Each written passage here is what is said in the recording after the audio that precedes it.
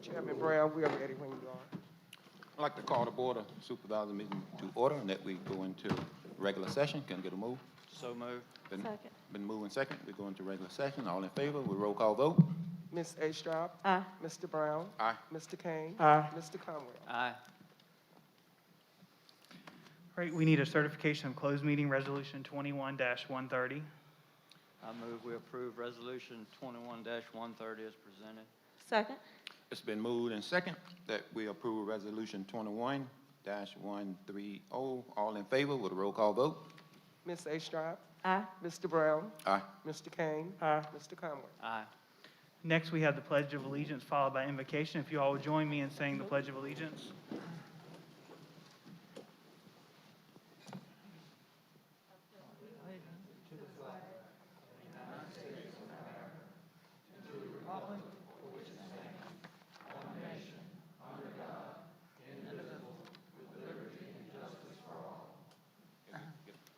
Also, if I can have a board member to do the invocation. Let us pray. Heavenly Father, we're grateful and thankful for the opportunity. We ask that you reach out this afternoon, Lord Jesus Almighty God, and touch every board member mind up here. Touch us, Lord Jesus, as we go about doing the county's business. Reach out and touch every mind and every heart, every person in the audience this day, oh Lord Jesus Almighty God. We ask all this in the holy name of Jesus the Christ. Thank you. In his name we pray. Amen. Amen.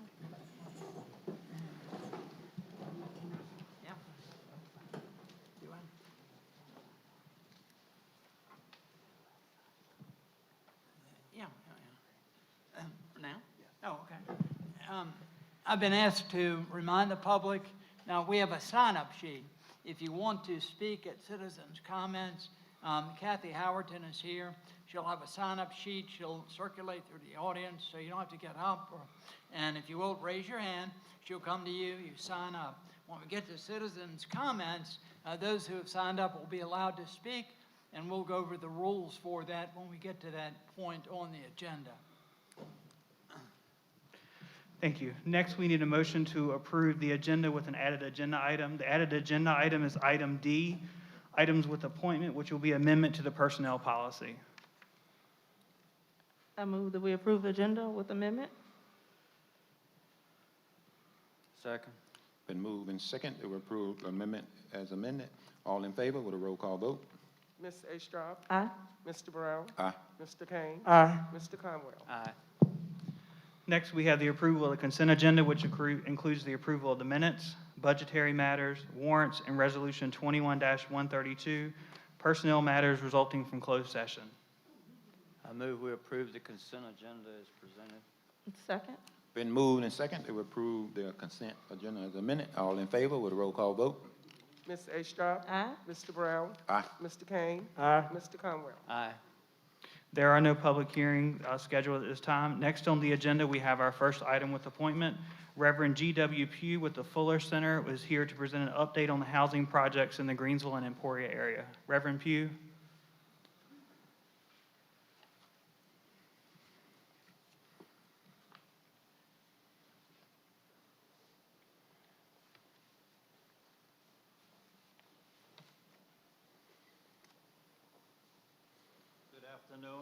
Good Good afternoon.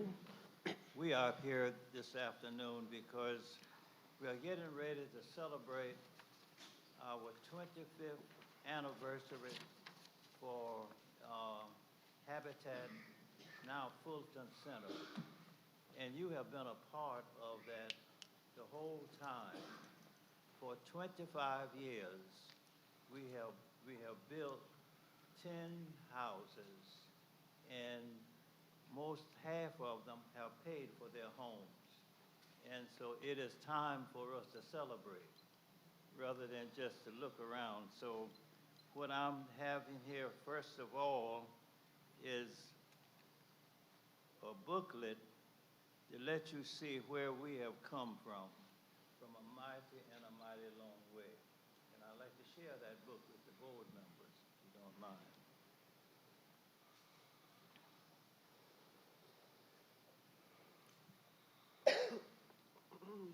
Thank you, sir. It has been a struggle, but you have helped all the way. And We are proud of what we have done thus far, and we are planning to do Come see you. much more in the near future.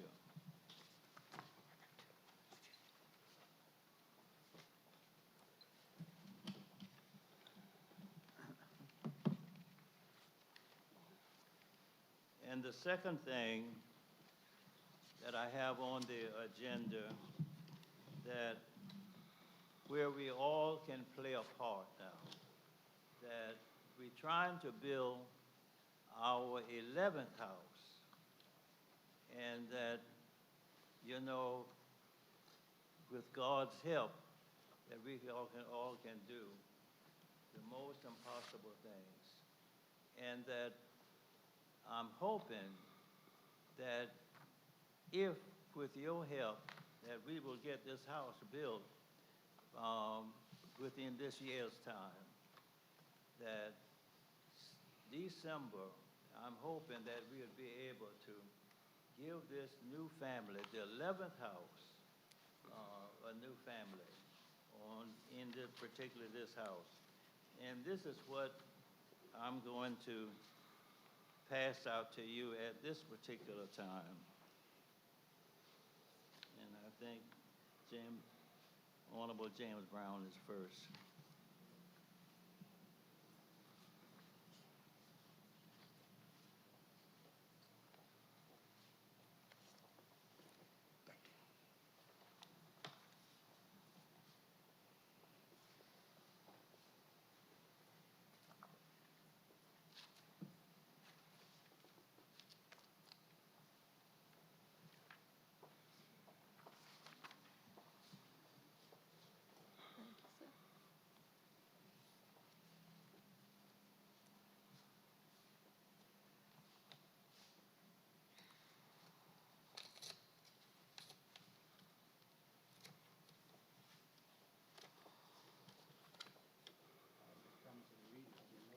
Hey, Conan, how you doing, man? Thank you. Thank you.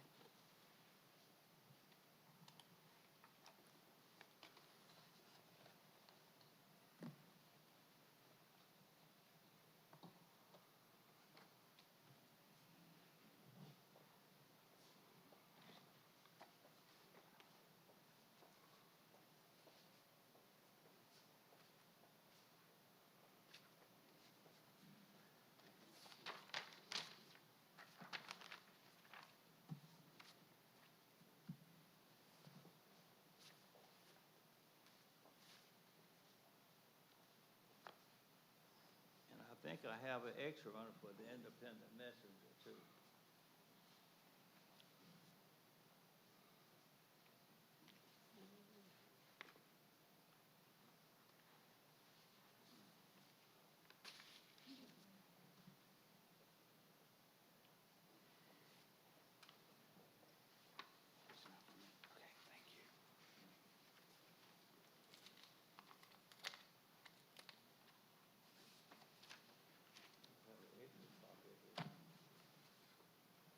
And if anyone wants an extra copy, I do have them.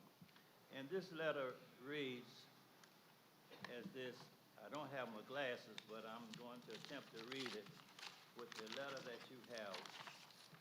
This is on behalf of the Emporia Greensville Fuller Center for Housing and the Board of Directors. We are greatly appreciate for the donation you previously made to the Emporia Greensville Habitat for Humanity, presently the Emporia Greensville Fuller Center for Housing. With your help, our objective is to build our 11th house this year for another needed family. We are asking all churches for a donation of $500. Individuals are asked for a donation of $100 or any amount the Lord has blessed you with. During our Building on Faith program, which will be held in September, all churches contributing $500 and all individuals contributing $100 will appear on our program. And and this is what we are asking you, that we do want your name on our program because you've been a part with us for 25 years, and we are looking forward to have a great celebration in September, but we can't have it without your input, and we are looking for your input to be with us on that particular day.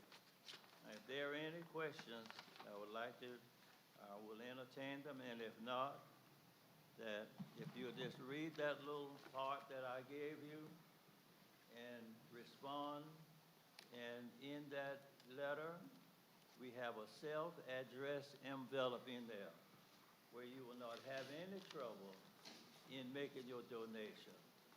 Thank you very much, and we appreciate your listening to us, and we are looking forward of seeing you in September. May God bless you and may God keep you. Thank you, Reverend Thank Pugh. you.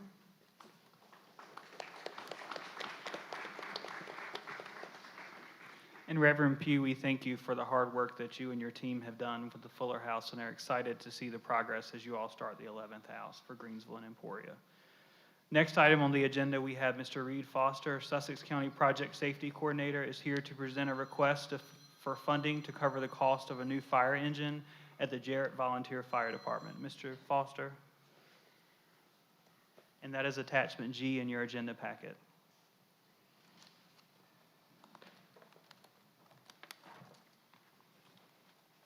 Mr. Chairman, members of the board, Acting County Administrator, my name is Reed Foster, Public Safety Coordinator for Sussex County. I have with me tonight County Administrator Richard Douglas, Supervisor Rufus Tyler, and the Chief of Jarrett Fire Department, Mr. Kyle Wells. Tonight I'm asking for assistance in the purchase of a fire engine for the Jarrett Volunteer Fire Department. Give you a history. In March of 2019, I was instructed by the former county administrator of Sussex County to come up with a CIP plan for Sussex County. I gathered the Sussex County Fire and Rescue Association together. We started in March of 2019, and in May of 2019, we presented that plan to the former county administrator of Sussex. That administrator asked us to dig a little deeper and make it a 10-year plan. So we went back to the drawing board and we came up with a 10-year capital outlay plan. That plan was pushed forward, pushed back, pushed forward, pushed back, and we finally came together with the current Board of Supervisors and the county administrator and got the approval to go ahead with the first phase of this plan. First phase of this plan called for buying 3 fire trucks, 2 brush trucks, and 2 medic units. With the help of the Sussex County Fire and Rescue Association, we reached out to 4 fire apparatus people, which was KME, Pierce, E1, and Rosenbauer. Out of that, 2 responded to our request, which was Pierce and KME, to sit down at the table and design a set of specifications for a fire engine. We were able, with state fire programs money and money that the county put forward, to buy the 2 brush trucks. We were able to secure a grant from the Rescue Association to buy an ambulance, which left us with the 3 fire trucks and 1 medic unit. So we put that out to bid. We got 2 proposals back from KME and Pierce. The price that came in under contract for Jarrett's fire truck was $613,980. We went back to the drawing board on that proposal, and we ended up negotiating that price down to $612,417. So we took this proposal to the Sussex County Administrator. We sat down, we went over the three bids for the fire truck and the medic. We then took it to the Sussex County Board of Supervisors, and they approved the purchase of the 3 fire trucks and 1 medic unit. Once we got that done, we reached out, the county wanted to see how they could finance these trucks. We had received a proposal from Pierce on how to finance these 3 pumpers, and the county decided that they wanted to reach out and see if they could do better on a proposal. So we did that. We came back. We got the help of Davenport Financial Services, and we were able to get a better rate over 10 years to purchase these 3 fire trucks. So that brings us to tonight. It has been traditionally that Greensville County paid half of the fire truck for the Jarrett Volunteer Fire Department. We have 2 options we'd like to present to you tonight, depending on which one y'all would like to go with. The first one has been done in the past. Y'all have made the bulk payment of half of the cost of the truck. Tonight, I'd like to propose to you that we do this under the master lease program that Sussex County has signed and do it over 10 years, which would bring your payment over 10 years to $34,349.14 a year. I believe this is a good option for the county of Greensville to participate in the purchase of this fire truck, being as you don't have to make a lump sum payment.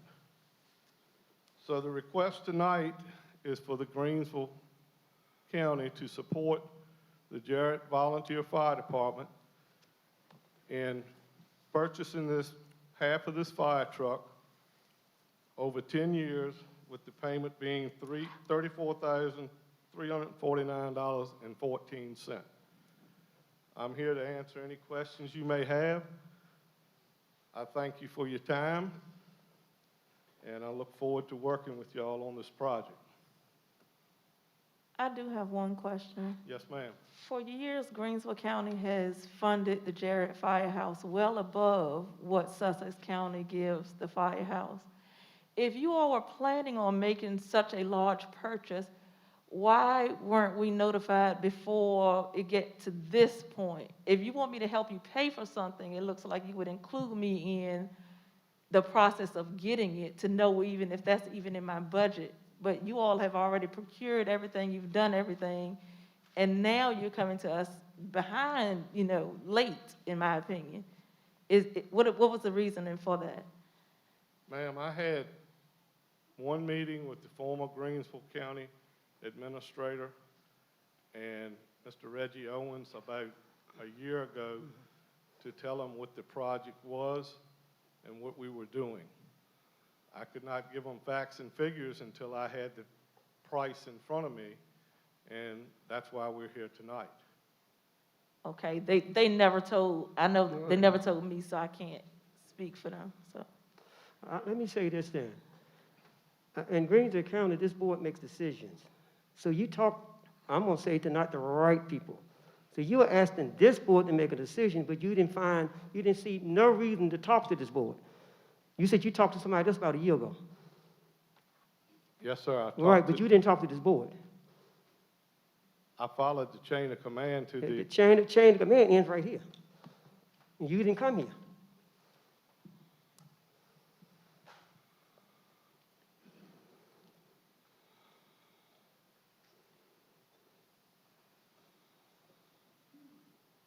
Anyone else have any questions for me? I thank you very kindly for your time. Thank you. Thank you. Thank you, Mr. Foster. Board members, would you like to go ahead and make a decision at this time? If so, we'll need a motion as to what your decision is going to be.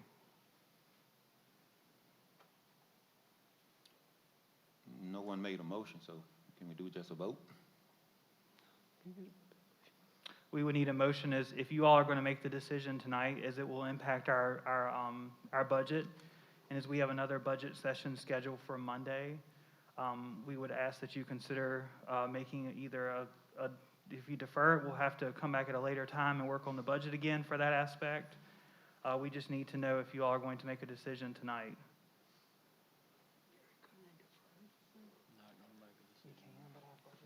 We'll defer it. Okay, thank you. Next on the agenda, we have Sheriff William Jarrett, who is here to present a request for a multi-year contract for body cameras and associated technology services. Mr. Jarrett and Mr. Ernie, our IT manager, is also here to present.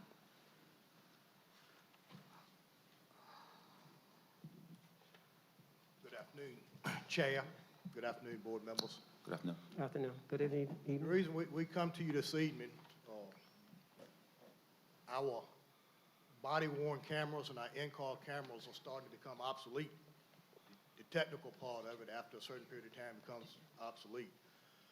We have been purchasing these cameras since we started back 6, 7 years ago, and the price of the cameras are almost tripled now. Then we're having to buy a license, because every time we upgrade, we're having to buy a different license so the cameras can download.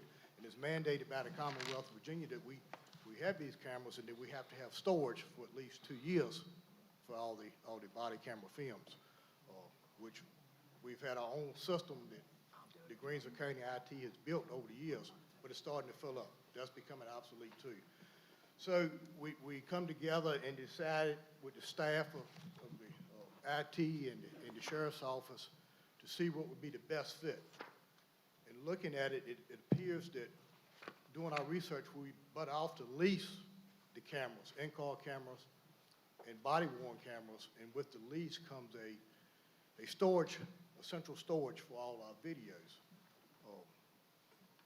So IT, Ryan Ernie, done the research on the cost with the leasing of the equipment, and we were presented a contract through Axon, which was formerly Taser, which is in the big market now for the body-worn cameras and the in-car cameras, along with the Tasers. And he can break down the cost and any questions you have on that. But I will say, I think the contract is for a 5-year deal. It's a lease. If one of the cameras go down, one of them breaks, all we have to do is call them. They'll send the camera back. They will help support our IT with the download and with the storage. It is a 5-year deal. The county attorney has the contract, and to my knowledge, he's not finished reviewing it yet. At the end of his review, and if he approves, I would like to ask this board if they will approve it and give the chairperson or the acting county administrator the authority to sign off if it's approved and agreed by everybody. The cost of this will come out of our e-ticket citation money. It will not be, we're not asking for extra money. This is money that's built in the tickets when people pay their fines and costs for court. So the money is already there to help start this generator. Good evening, board. Good evening. Do you have any questions for me at this time on the body cameras?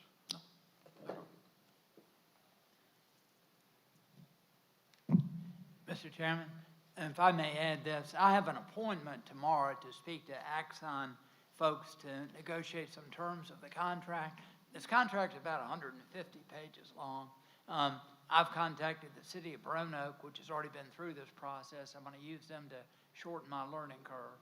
But I am talking to Axon tomorrow, and I'll have a report to you as soon after that as I can. Thank you. And if we can, with your permission, we ask the board to consider the following motion. As Mr. Slayton stated, it's over 150 pages of the contract.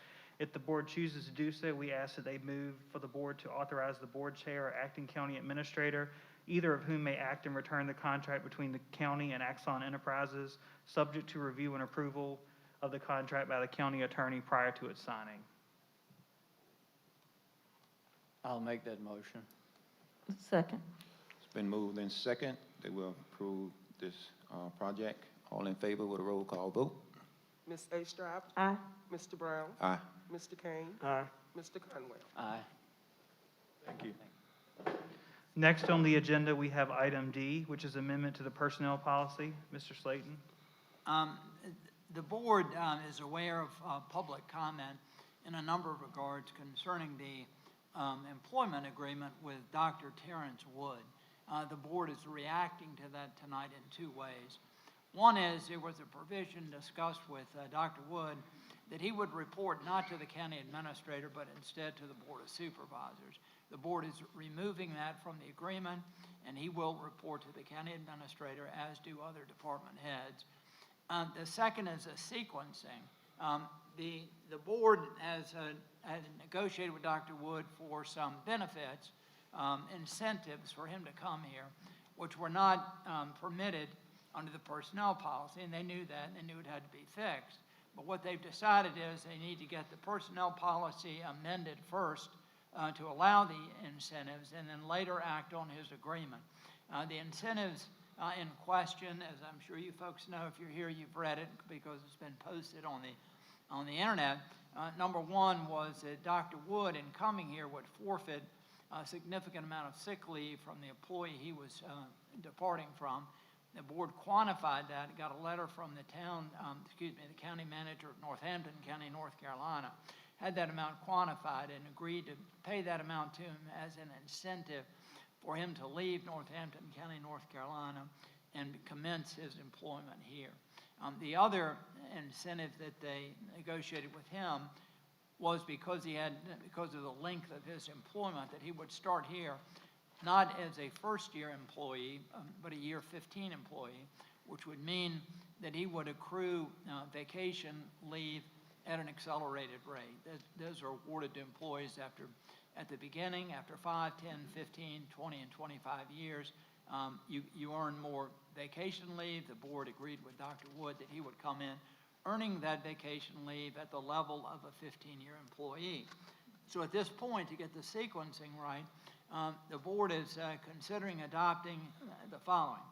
This amendment authorizes the board to forward incentive payments, examples, to offset the value of benefits lost by a candidate accepting employment by Greensville, and to afford the employee the right to earn vacation leave at a higher rate than the county's entry level. So it's before the board to adopt that amendment to the personnel plan by motion. I move that we amend personnel policy per Mr. Slayton's explanation. Second. Been moved in second that it be amended. All in favor with a roll call vote? Ms. Astrop, Aye. Mr. Brown, Aye. Mr. Kane, Aye. Mr. Conwell. No. The next item we have on the agenda is citizens' comments. Mr. Slayton has something to share in regards to citizens' comments and the time frame. After Mr. Slayton shares that, I do have the sign-up list, and we will call each person individually up on the sign-up list. You folks, those who've been here previously have heard this, but I'll review it as we do whenever we get to citizens' comments. The board has developed a protocol to ensure that board meetings and public hearings are productive and efficient, and that decorum is maintained. The board wants to emphasize that the protocol is intended to make the board meetings and public hearings as productive as possible. Having said that, here's the protocol. Each speaker will be given 3 minutes to address the board. I will be the timekeeper. I will notify each speaker when he or she has 1 minute remaining. I will notify each speaker when his or her time is up, and the board would ask that at that point the speaker cease addressing the board. Speakers are allowed to address the board only once. one person cannot donate his 3 minutes to another. Once you speak 3 minutes, you have had your turn. The board asks that the comments be directed to the board, that you not turn around and address the audience and try to engage them. If you would, please, keep your comments directed to the Board of Supervisors. The board asks, obviously, that everyone in attendance be respectful to each other as well as to the board, and that there be no outburst of applause or cheering, please. And would ask, although Mr. Cyphers will give a name, would ask when you come up, if you would, just to confirm for the record, please state your name and address for the record, and we will follow the sign-up sheet. So those are the rules to be followed, and again, I'm sorry for the interruption, but when you hit the 2-minute mark, I'll let you know. Thank you. Mike Ferguson.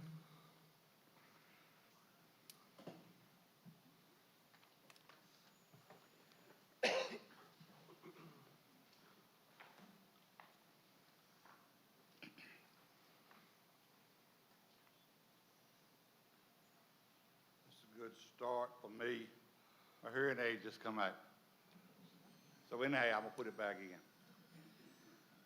Good afternoon, ladies and gentlemen, Board of Supervisors and membered guests. I assume you know who I am. I'm Mike Ferguson, former Board of Supervisors member for 33 years, and on the Greensville County School Board for 4 years. So I've served Greensville County for 37 years. I feel that after many years, I understand how politics should not get in the way of how things should run.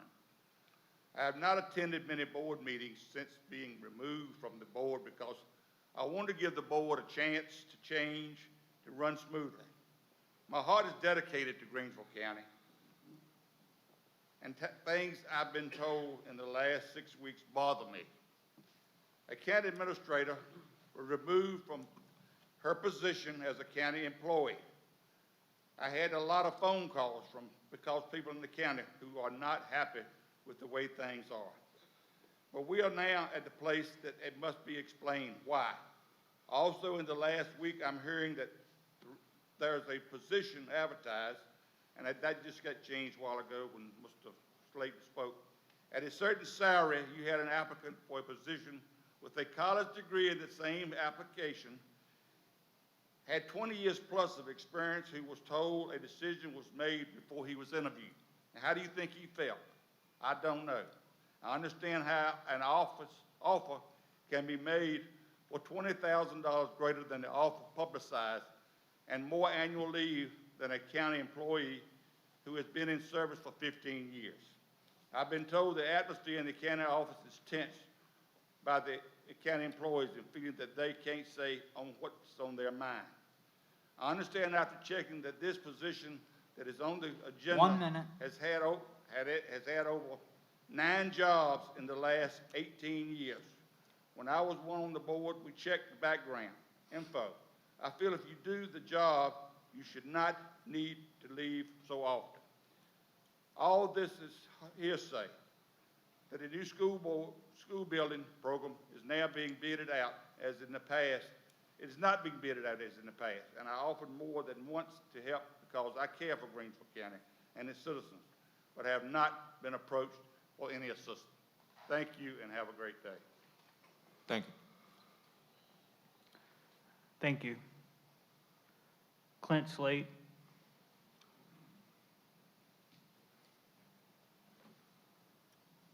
Clint Slate, 103 Beech Tree Lane.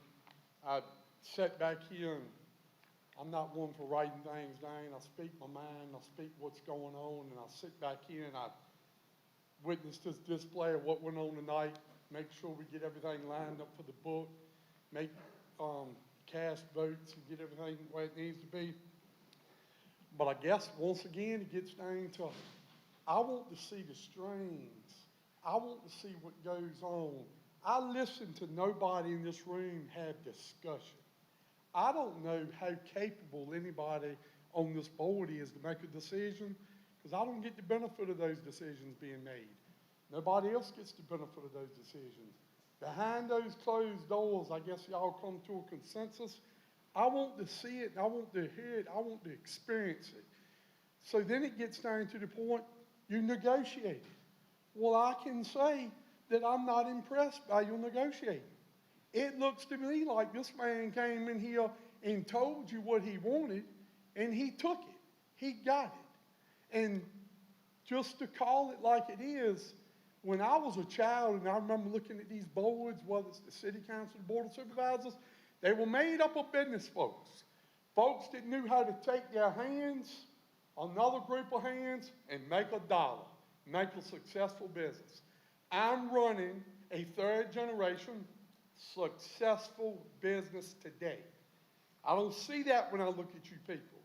You people are not business folks. And this county, this community is a business. So with that being said, you sit on your board, you sit up there and you make these decisions. But you try to surround yourself with knowledge. You've got knowledge that's past. You've got a supervisor for 30 plus years that's no longer on the board. You've got a county administrator, Dave Whittington, with, I guess, 40-some years. He's 1 done. minute. You've got Moses Clemens who passed. And then you've got Brenda Parson, 32 years. You've eliminated all of your background and experience in the building, except for maybe that gentleman sitting right there, Mr. Gibson. So now we come down and we're going to create a HR position. You need it. But that position is not as important as others. And why you would come in here and alter a salary like you did is a disgrace, and it's testimony that you are not business people. You need some help. Look to those that know better. Thank you, Mr. Slayton. Yes, sir. Thank you. Fred Maldonado.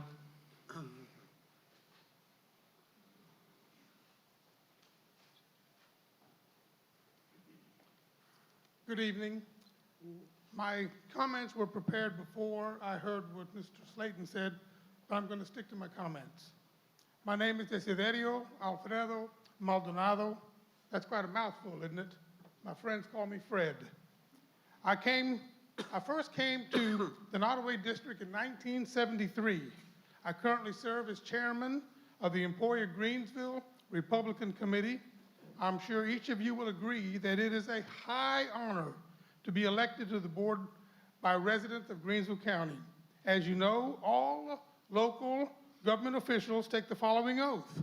I do solemnly swear that I will support the Constitution of the United States and the Constitution of the Commonwealth of Virginia, and that I will faithfully and impartially discharge all the duties incumbent upon me as a board member according to the best of my ability, so help me God. Now, when I hear the word impartially, to me this means I will never be a bully toward my board members, nor the county staff. I will never play favorites toward any prospective employee, and I will make up my own mind regarding all issues. The oath is a staple of representative government whereby elected officials represent the wishes of the folks who voted them in the office in the first place. And how do you, as elected officials, know the wishes of the many, many bosses you have?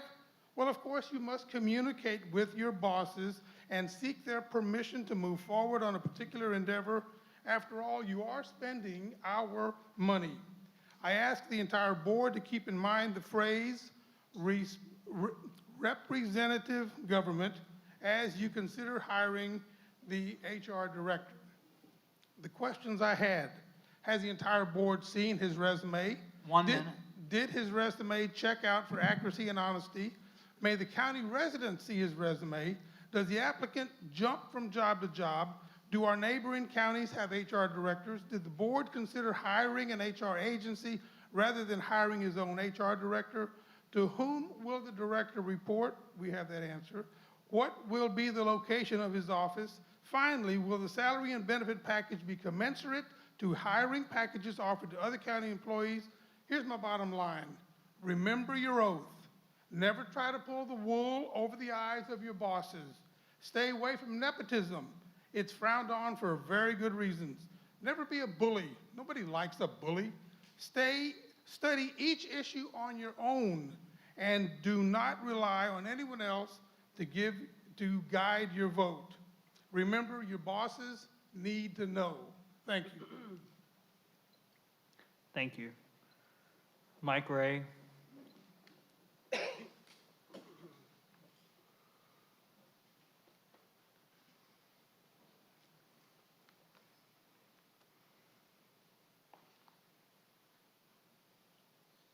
Hey, good evening, everybody. First, I'd like to say Mr. Pugh should be an example to everyone in this room. Great teacher. I'll never forget the guy. It's great to see you, Mr. Pugh. Good work he does. My name is Mike Ray, 583 Scotland Drive. You've seen me here before. And I will say this, I'll probably run out of 3 minutes, but watching this board change the rules in the game when it comes to public comments, or we're going to rewrite the HR policy to fit the rules we broke when we decided it is damn disgusting. But anyway, I'll go with what I wrote. My name is Mike Gray. I live in the Nottoway District. I'd like to start by officially requesting to be added to the agenda for the next supervisors meeting. What I want to discuss is the dissatisfactory performance from this governing body. Regardless of what this board thinks, let me tell y'all something. You are not kings and queens, and the citizens of this county are not your subjects to be ruled over. You're not a dictator. You're not a ruler. Tonight, you show me you're not even a leader. You're elected representatives, and you serve the pleasure of the citizens. It seems the board has forgotten these facts. You got individuals on this board running around making decisions on their own, acting on behalf of Greensville County, without even concern or concurrence from your elected board members sitting beside you. I want to be more aware of what's going on in this county long before decisions or votes are taken. I want to be invited and take part in an open discussion and debates on topics before they're made. Many times I've heard Mr. Slayton make it clear to me that no questions are going to be answered and no board member is going to comment, and I've got 3 minutes and there's going to be no open dialogue with the Board of Supervisors. When do the citizens get to ask a question that this board will answer? When do the citizens get an open dialogue with this board? 1 minute. When do the citizens get to dialogue with this board? The way this board is governing, it's more important now than ever to have the citizens provide some oversight. I, along with many other like-minded citizens of Greensville County, intend to hold this board accountable. Our goal is to be governed by fellow citizens who will always, without question, make the right decision. Our community has a long, well-known history of being resilient when faced with crisis. Our community has always gotten by with neighbors helping neighbors, and our community has a reputation for just being kind, generous, polite, and welcoming. We must concentrate on these strengths that define us as who we are. We do not have time or the desire to fall victim to the issues that are plaguing this nation.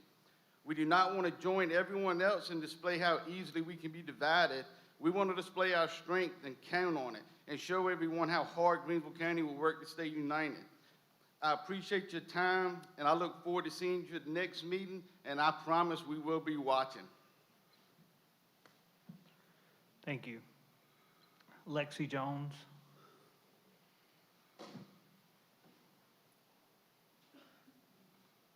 Alexis Jones, 11300 Purdy Road.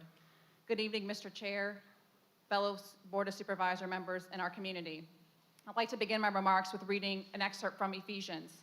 Since you really listened to him and you were taught how the truth is in Jesus, change your former way of life that was corrupted by deceitful desires. Instead, clothe yourself in likeness of God in true righteousness and holiness. Therefore, after you have gotten rid of lying, each of you must tell the truth to your neighbor, because we are part of the same body. Thieves should no longer steal. Instead, they should go to work, using their hands to do good, so that they will have something to share with whomever is in need. These words, each of us to tell the truth and to use our hands to build up our community. These words should resonate with each of you in each decision and each move you make. But I question your loyalty and honesty for these reasons. As a community, we recently became aware of a public presentation that delivered information sharing how a non-local citizen utilized our county attorney for personal endeavors. So with this, it leads us, our community, to believe we now have the right for equal use of the county attorney to provide to provide equal use of the county attorney for private, non-governmental supported endeavors. This is a terrific asset for our community, and we urge the community to submit their individual and private attorney needs to the Board of Supervisors, and legal services will be rendered as taxpayers' services shall serve our taxpayer population in its entirety. 2, we seek clarification on the new structure presented in the Human Resources Director position. Although you've corrected it, it was stated specifically in the advertisement that this position, I quote, shall be used under supervision of the county administrator, yet the resolution stated, I quote again, report directly to the Board of Supervisors over the county administrator. 3, clarification is being sought about the term work-life balance. Where is this position expected to report? Typically, positions of this caliber are considered supervisory and always report to an office building. 4, we question your willingness to allow an individual to leverage and payment for time served in another state. We are in the Commonwealth of Virginia, not North Carolina. 5th, negotiated salary is $20,000 above the advertised salary range. Where is your honest stewardship of taxpayer monies? And why is salary higher than nearly every other longstanding employee of Greensville County? 6th, I'd like to share some information we collected from our neighboring communities. Mecklenburg County, no HR personnel. The assistant county administrator serves as HR with 23 years of experience and a salary of $91,000, 260 employees.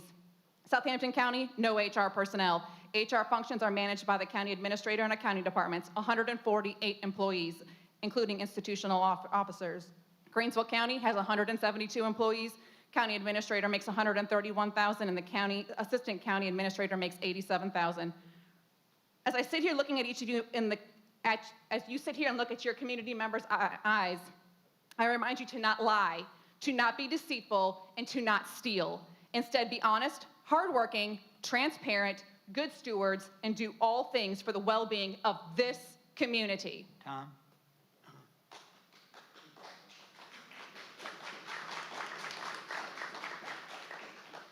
Thank you. Chris Thompson.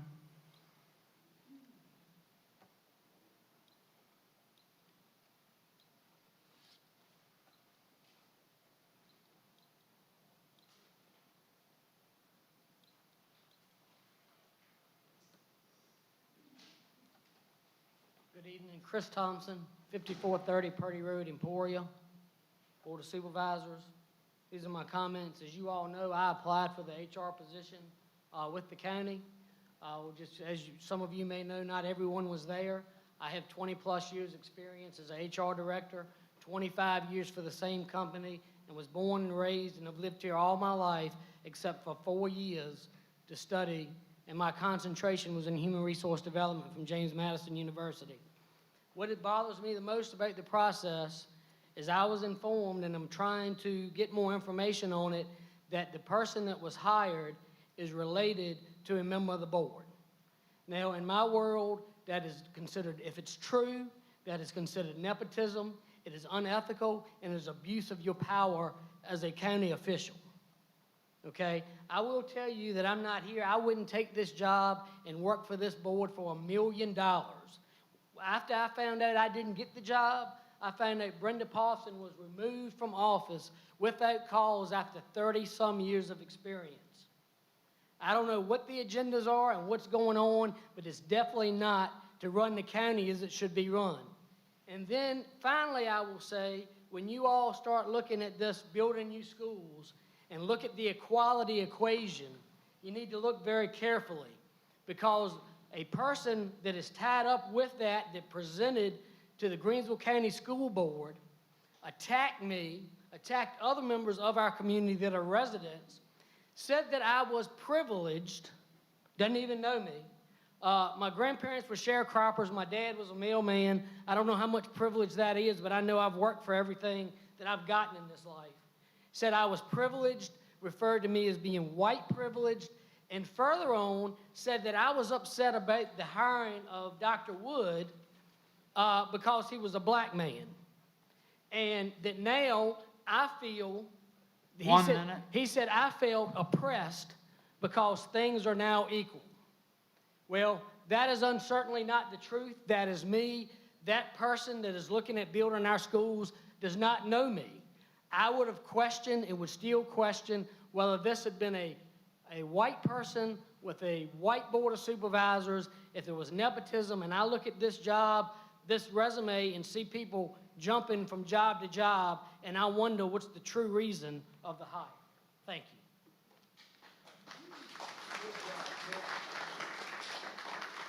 Thank you. Lauren, Sharon.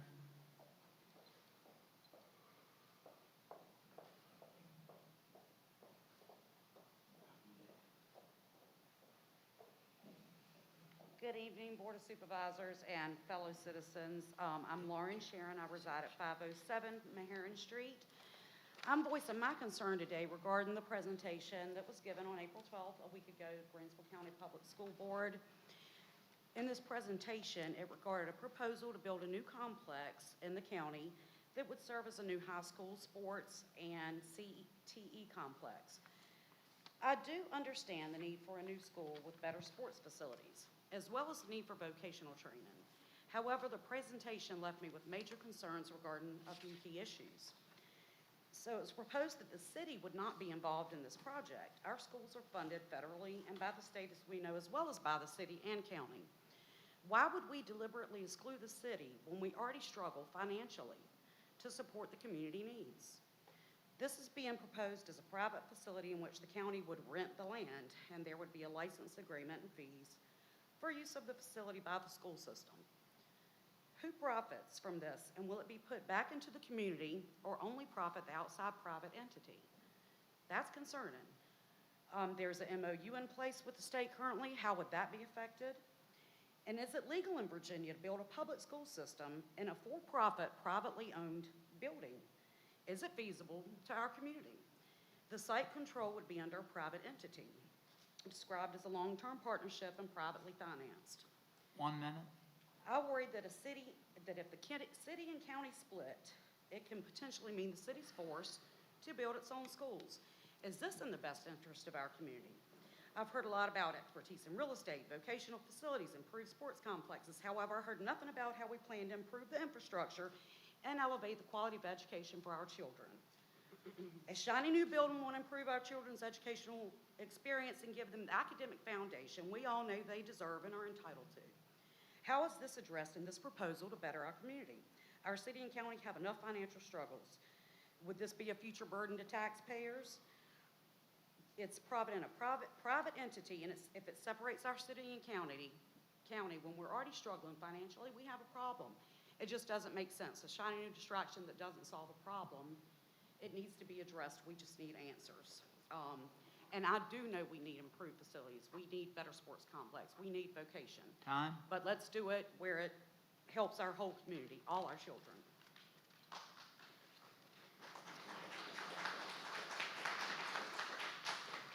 Thank you. Valley Woodley.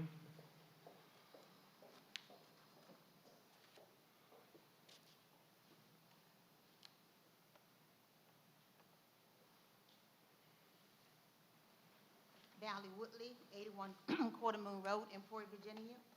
Good afternoon, board members. I am here to show my support and comment on the board's upcoming action regarding the human resource manager, which has already been put forth. Working in banking for over 30 years, I understand the importance of having checks and balances in place. This new position will ensure that employees, staff, and board members alike are evaluated and monitored with guidelines and procedures that are equal for all, something that has been lacking in the past. I thank you for your time. Good job, board members. Thank you.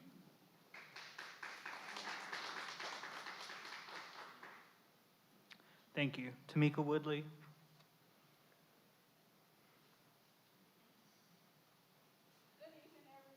Good evening. Good evening. Tamika Woodley, Quarter Moon Road, Emporia, Virginia, Greensville County. I'm excited and glad to be here to the Board of Supervisors. Thank you for the work that you do. I understand that daily decisions have to be made, and it is hard and it's difficult, and you cannot please everyone. Statistically, if you would do research, you will see in 2021, most people, including myself, do not stay on a job over 2 years. However, I promise you we're extremely experienced in the work that we do. We needed an HR position. You made sure that happened. I commend you for doing it as quickly as you did, and I appreciate that. I trust that you are doing what is best for all citizens of Greensville County. Thank you. Please continue to do a good job. Thank you for reviewing all policies and procedures, old and new, and making amendments and adjustments as needed. Thank you for being a voice and for not wavering.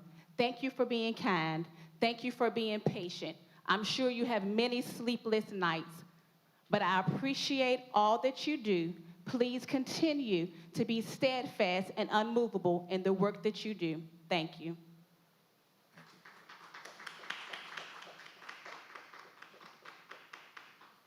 Thank you. The next item on the agenda is old business. Item A, library energy study. The City of Emporia has requested an update on this item.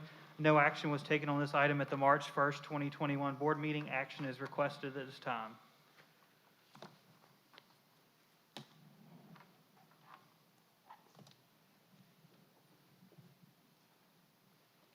Any comments? Are we just gonna vote on it? I have no comments. Do you all have any comments? I don't. I do have a comment. Basically, when they came before us the last time, it was just an energy study. They didn't come to us prior, let us know anything that was going on. It just basically put a Band-Aid on something that needs to be really fixed. We need to be able to offer our community so much more than what our current library offers our community. They weren't even able to go in and let us know exactly as a county what we would be paying for. Said that they couldn't break it out between the city and the county, so they couldn't even really give us a figure of what we were even supporting. So since they couldn't give us any of that information, I move that we do not support this study. I second it. Roll call vote? Ms. Astrop? Aye. Mr. Brown? Aye. Mr. Kane? Aye. Mr. Conwell? Aye. The next item on the agenda is the Greensville Emporia Combined Court Bonus Request. This item was deferred from the April 5th, 2021 board meeting. Action is requested.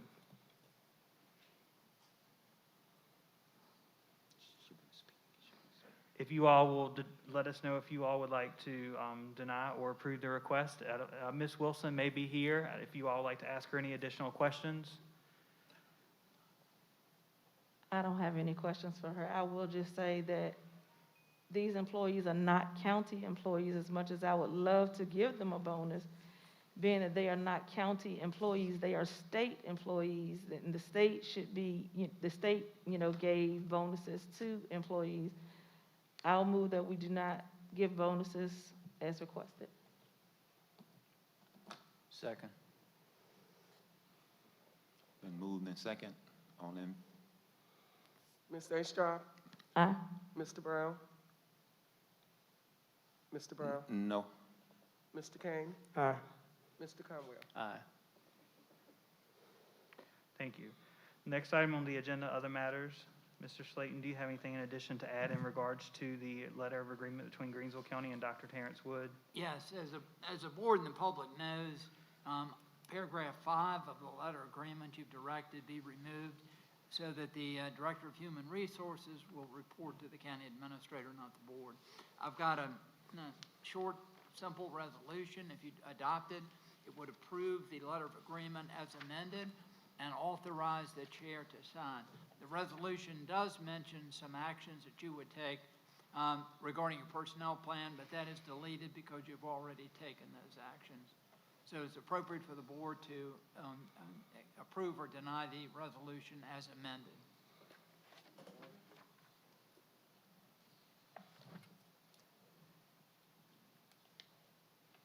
I move that we approve resolution concerning Dr. Terrence Wood.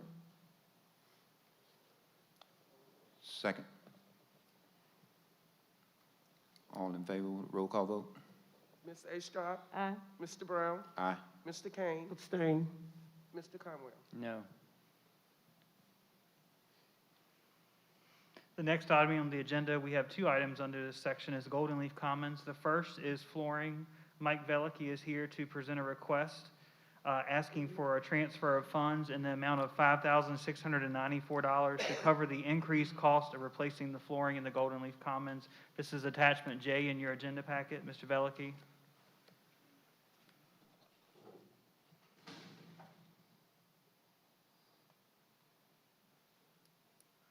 Good evening, Mr. Chairman, honorable evening. board members. Good evening. $50,000 was included in the, this current year's capital improvements funding to replace the flooring in the Golden Leaf Commons building.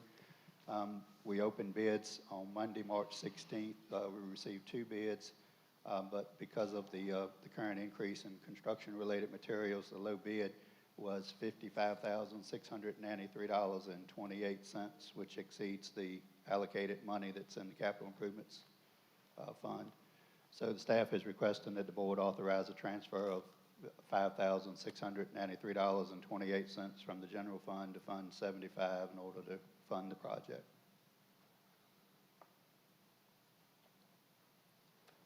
I move that we approve the transfer of the funds to replace the floor. Second. Been moved and second that we transfer the funds. All in favor with a roll call vote? Ms. Astrop? Aye. Mr. Brown? Aye. Mr. Kane? Aye. Mr. Conway? Aye. Thank you. Thank you. The next item under Golden Leaf Commons is in regards to reopening. Debbie Drummond, Facility Manager, is here to present and discuss the proposed reopening of the Golden Leaf Commons for rental events per board member request. The memo and information that Ms. Drummond provided you was part of your Friday memo that was dated April the 16th, 2021. Ms. Drummond?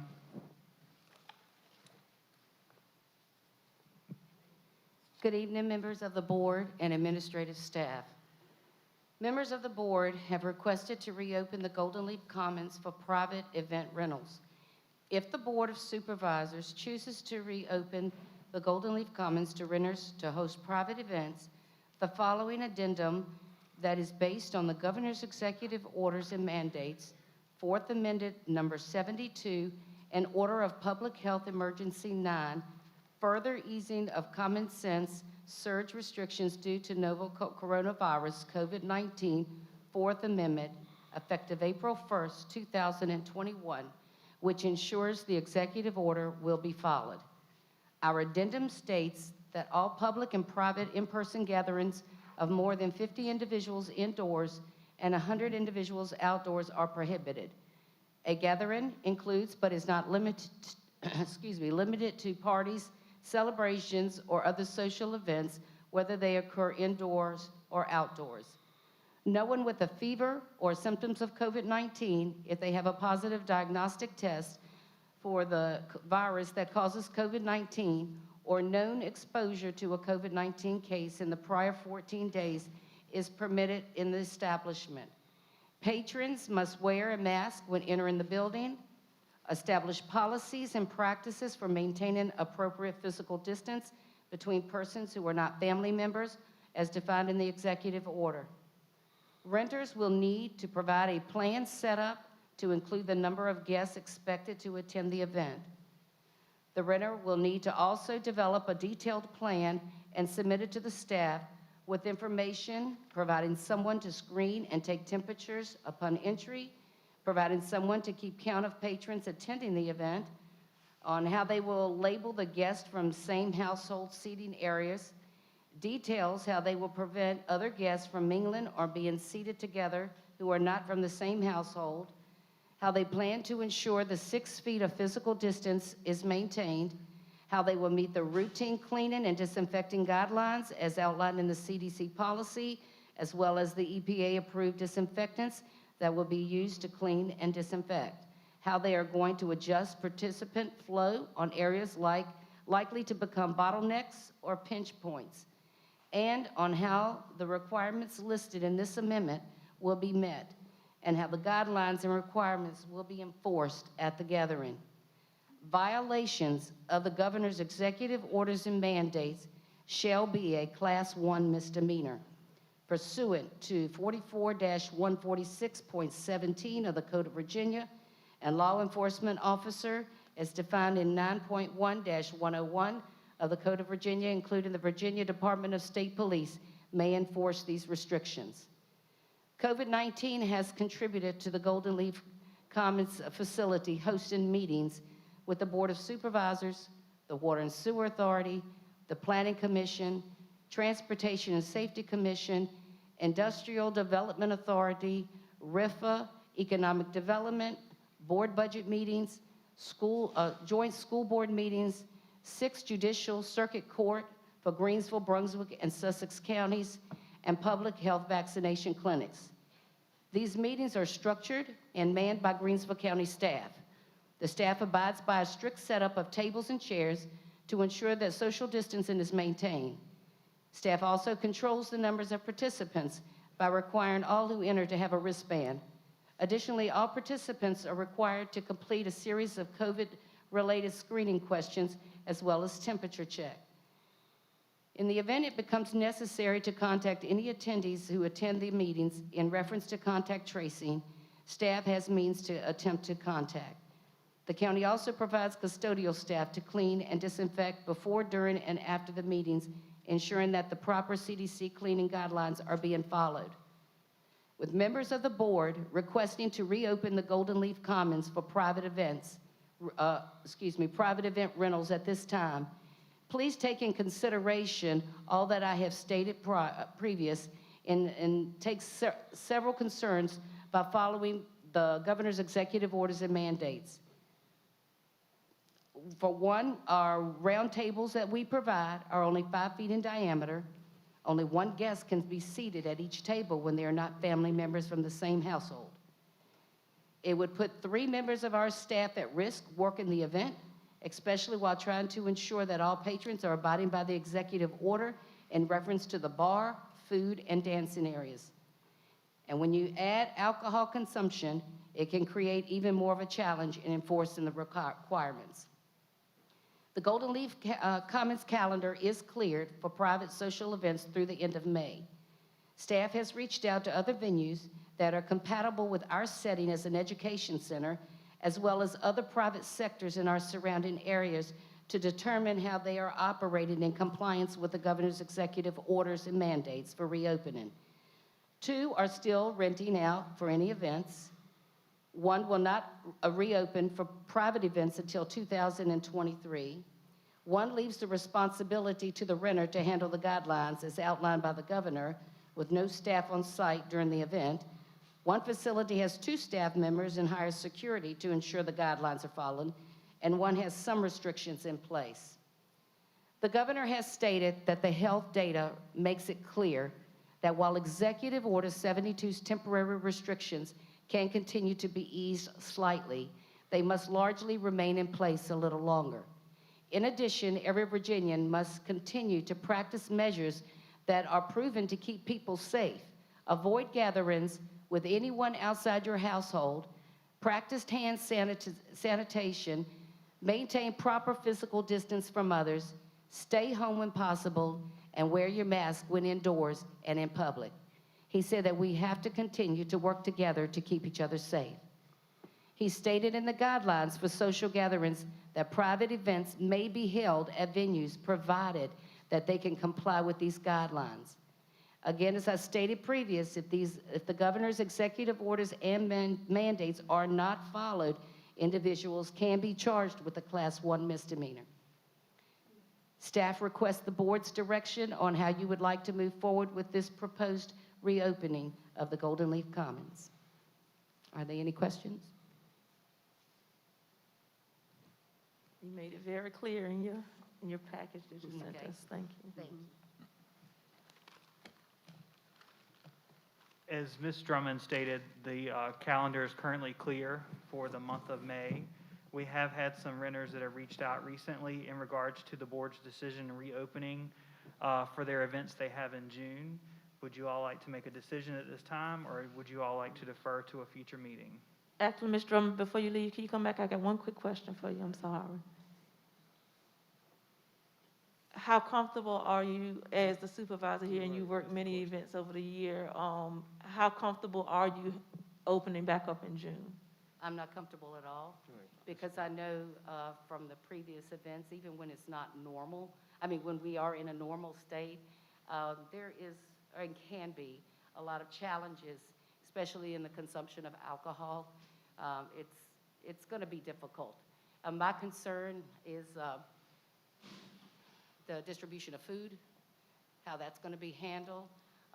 And of course, that is in our addendum of where we leave it for the renter to put a plan together of how they can stay in the compliance of the mandation and the bottleneck areas, the areas of dancing, how they, you know, and some you can interpret in the social gathering part of the executive order.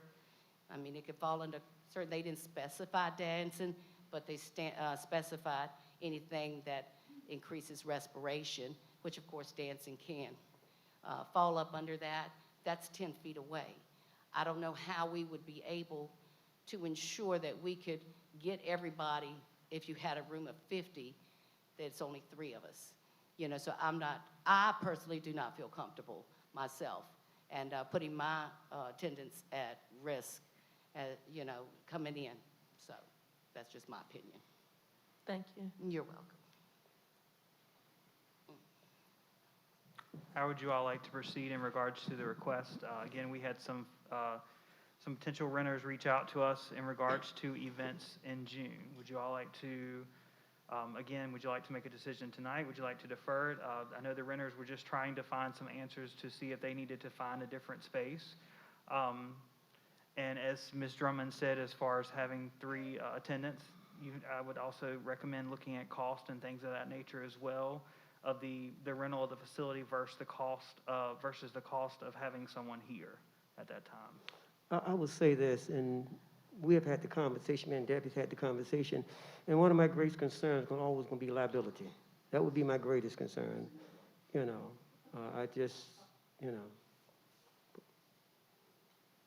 know, when you have to, you know, if you have all this that got to go on, and I don't think we've had a function under these circumstances, and that's going to be a lot to handle.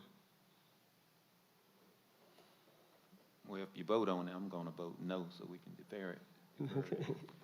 Staff asked direction of how you like to proceed. Would you like to proceed with canceling the events in June and July? Would you like to proceed with canceling events for a different time span, just so we can notify the renters who are on the calendar?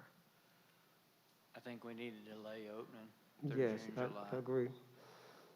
Okay, so at this time, you are requesting a delayed opening and requesting that Yes. events that are scheduled in June and July to be canceled, and that you all will revisit the matter at a future date? Yes. Yes. Yes. If we can have a motion, in regard to that, please? I move that we delay the opening through July and review it again then for reopening. Second. Been moved and second that we delay the reopening. All in favor with a roll call vote? Ms. Astrop? Aye. Mr. Brown? Aye. Mr. Kane? Aye. Mr. Conway? Aye. Thank you. Ms. Drummond will notify those renters that they're currently scheduled for June and July that the Golden Leaf will not be open during that time. The next item on the agenda is the economic development position. Natalie Slade is here to present information in regards to this current vacant position.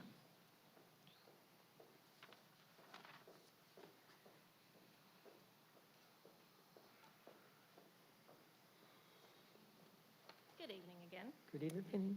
In June of 2020, the position of Economic Development Administrative Assistant became vacant. At that time, due to uncertainty of the budget and epidemic effects on the county, the position was frozen and unfilled. I'm now requesting the position be advertised for fulfillment with the revised job description before you. Actually, we're going to do that differently, with a revised job description. Over the last year, my travel has been extremely limited. However, virtual meetings are beginning to evolve back into face-to-face meetings.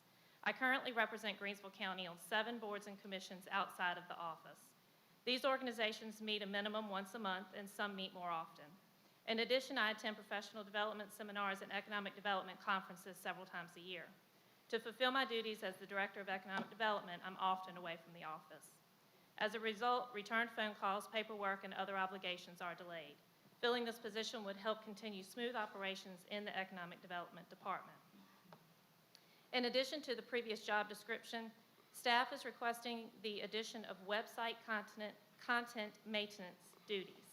The county has recently invested funds in a new website design that will allow online bill payment, form download and submission, and a current meeting calendar, allowing easier and user-friendly access and service to the public. Keeping this information updated is vital to the public as well as the staff. Once the site is live, the position requested would also be responsible for that upkeep. The position is in the current budget, as well as the proposed 2022 fiscal year budget. No additional funds are requested for this position. Staff requests the board authorize staff to revise the job description, how we stated earlier, for the website maintenance. And after the board's agreement, staff requests authorization to advertise for the assistant position. Any questions I can answer?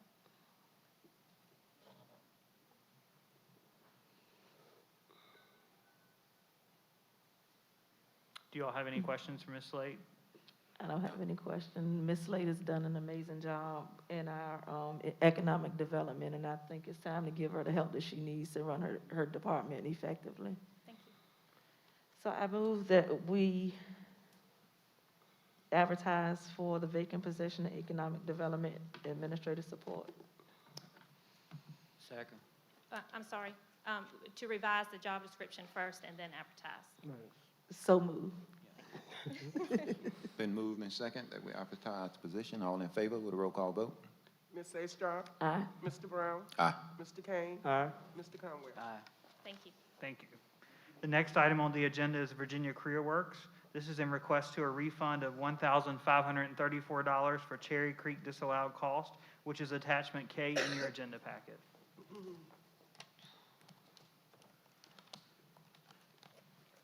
And do you all have any discussion in regards to this? I have so many questions in regards to this. I would like to see us table it until we can get more answers from the Cradle Regional Workforce Development Board. Ms. Astrop has requested to table this matter. Second. All in favor, roll call vote? Ms. Astrop? Aye. Mr. Brown? Aye. Mr. Kane? Aye. Mr. Conway? Aye. Thank you. This item has been deferred to a future meeting. Next, E&F are proclamations. Ms. Kathy Howerton will present proclamations to the Greensville County Fire Department and also Jarrett Volunteer Fire Department. Ms. Howerton?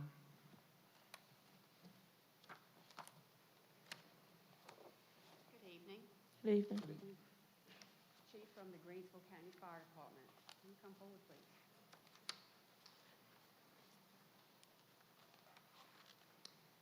Proclamation recognizing National Volunteer Firefighter Week, April the 18th through 24th, 2021.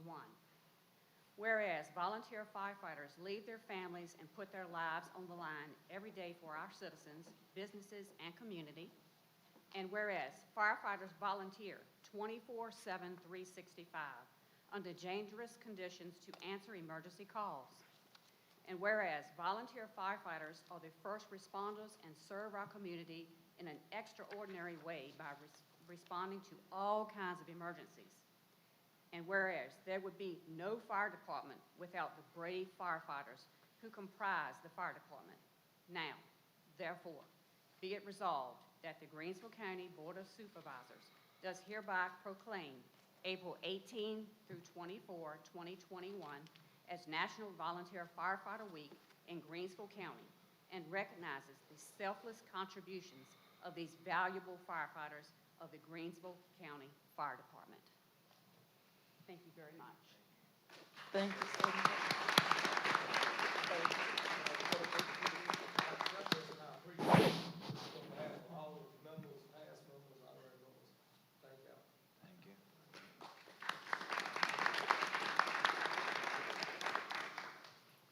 Chief of the Jarrett Volunteer Fire Department, please come forward.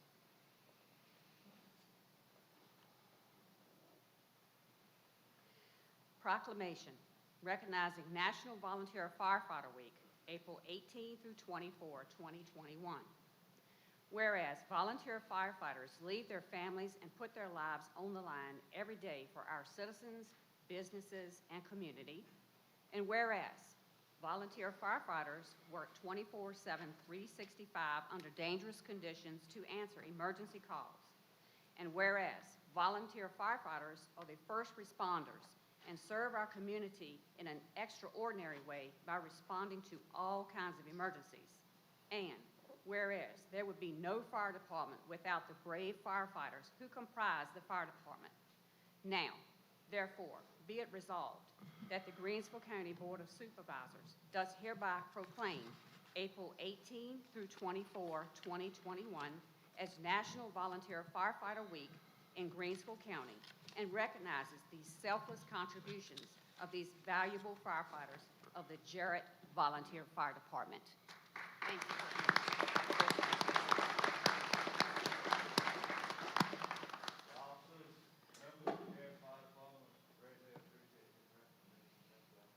Thank you. Thank you. The final item on your agenda is a COVID-19 update, which was provided in Friday memo. Okay, so adjourn. There are no other items. We would like to have a motion to adjourn. So moved. Second. Been moved and second that we'll adjourn. All in favor? Roll call vote. Gary, I'm sorry, do we need to adjourn to next Monday? Yes, I'm sorry. Thank you. Thank you, Ms. Banks. We need a motion to adjourn to a budget work session on Monday, April the 26th at 12 p.m. So moved. Second. Been moved and second that we'll adjourn to April 26th. All in favor? Roll call vote. Ms. A. Straw? Aye. Mr. Brown? Aye. Mr. Kane?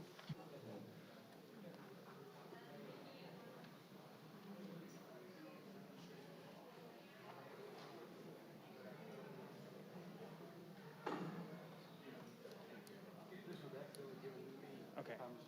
Okay, thank you.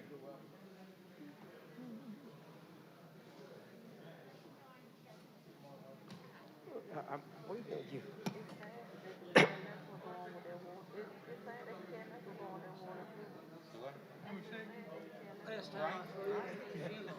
Okay.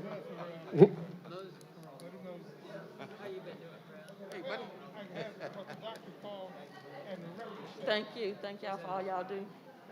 Because y'all been busy today.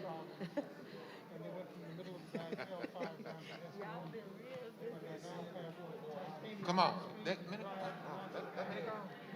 it's all, take about a year. Oh, yeah? I've got to They make it? They make it? But it's just to keep me from bending over, twisting it. So I'm at the, today's the end of week 3. And, it was a pretty big operation. Almost 6 hours. The guy said he wore blisters on his hands. If you're not going to stay to the water and sewer, we have to call our water and sewer to order. If you could please talk in the hallway so we can carry on with the second part of our meeting, please. Our meeting is not over. It is public. You can stay if you like. Yes, it's water and sewer. Okay. Have we made a motion yet? Roll call. I move we call the Water and Sewer Authority to order. Second. Roll call. Ms. A. Straw? Aye. Mr. Kane? Aye. Mr. Brown? Aye. Mr. Conway? Aye. A motion for the approval of the agenda. I move we approve the agenda as presented. Second. Roll call. Ms. A. Straw? Aye. Mr. Brown? Aye. Mr. Kane? Aye. Mr. Conway? Aye. Approval of the consent agenda. I move we approve the consent agenda as presented. Second. Roll call. Ms. A. Straw? I guess I'm voting to approve the consent agenda because I really cannot hear because it's too Yes. much talking in the room, but aye, if that's what we're voting on. Okay. Mr. Brown. Mr. Aye. Brown? Mr. Kane? Aye. Mr. Conway? Aye. Okay. There's no public hearing, item with appointment, none, old business, new business. WS 2144. Good evening. Attachment C in your agenda packet is Resolution WS 21-44. It is a resolution of the governing body of the Greensville County Water and Sewer Authority. In order to facilitate obtaining financial assistance from the United States of America, Department of Rural Development in development of the upgrades for the Jarrett Water Treatment Plant to serve the community, the governing body does hereby adopt and abide by all covenants contained in the agreements, documents, and forms required by the government to be executed. Be it further resolved that the Director of the Greensville County Water and Sewer Authority be authorized to execute on behalf of the Board of Directors the above reference agreements, documents, and forms, and to execute such other documents, including but not limited to debt instruments, security investments, instruments, and/or grant agreements, as may be required to obtain the said financial assistance. If there are no questions, staff recommends that you adopt Resolution WS 21-44. I move we adopt Resolution WS 21-44 as presented. Second. Roll call. Ms. Astrop? Aye. Mr. Brown? Aye. Mr. Kane? Aye. Mr. Conwell? Aye. WS 2145. Yes, sir. Attachment D in your agenda packet is Resolution WS 21-45. It is another resolution regarding the Jarrett Water Treatment Plant expansion. The Water and Sewer Authority is investigating funding options for the water treatment plant expansion project. Rural development is one of the potential funding sources. Rural development is requiring that the Water and Sewer Authority advertise the public notice of its intent to apply for funding and to hold a public hearing on this project. Now therefore be it resolved that the Board of Directors of the Water and Sewer Authority authorizes the staff to advertise the public notice and schedules a public hearing on the proposed project at the Golden Leaf Commons on May 17th, 2021 at 6 p.m. If there are no questions, staff recommends that you adopt Resolution WS 21-45.